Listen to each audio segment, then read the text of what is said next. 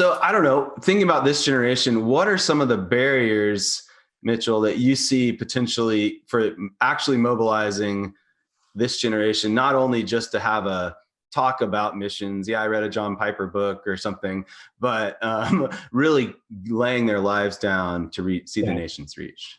Yeah, that's so good. A couple things off the top of my head. One, I think that we don't teach students to devote their entire life to Jesus. Like, I think that we see a lot of students giving 50% of their life or 90% of their life to Jesus instead of giving a whole blank check. Much like J.D. Greer talks about that, like giving God the blank check and letting him write in the details, like where, when, how.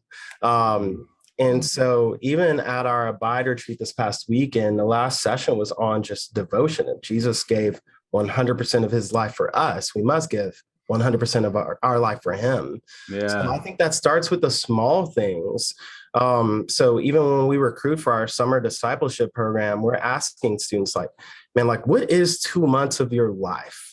Like what is 2 months of your life in the grand scheme of things? Yeah. And it usually brings up like something in them that's like, well, like, but what about this? Or what about my future job? Or like what I'm going to do after college? It's like, yeah, I think that shows that we don't like want Jesus to kind of infiltrate all these areas of our lives because we're holding on to even the little ones.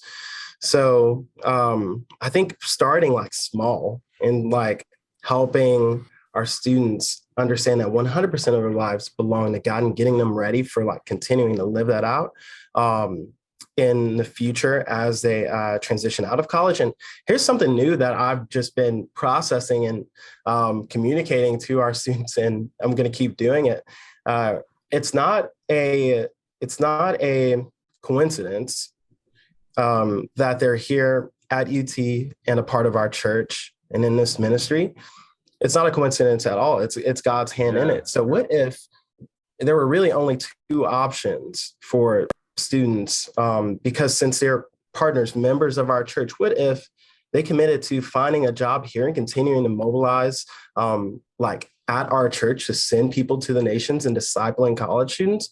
What if like that was option A, like don't find a job somewhere else? Like what if instead of looking for a job in finance city and then finding a church and group of people you belong to, you instead did it the opposite way of like, stay here.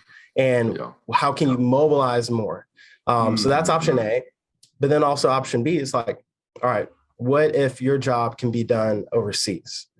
But we can't kind of hurt them and like protect them for 4 years and then like try to expect them to, at the end of their college career, get to a point where like, yeah, I'll go overseas. I'll go like sacrifice my comfortable living for the gospel of Jesus. Like we have to help them get there. We have to give them and help shepherd them in a way to, or develop them in a way to where they know that, okay, my life belongs to Jesus. I've given up 2 summers, I've given up 2 summers. I've given up weeknights. I've given up like my comfortable time. And I know that like I can give up the rest of my life and where he's sitting me to do that. So I think the barrier is like we've been so impacted by just like the American culture of, or like, I guess like the general American culture of college is like, we're just a transient group. And I think that's more American than it is Christian. And I'm like, man, what if God brought you here and saved you here to be a part of this church body here or there?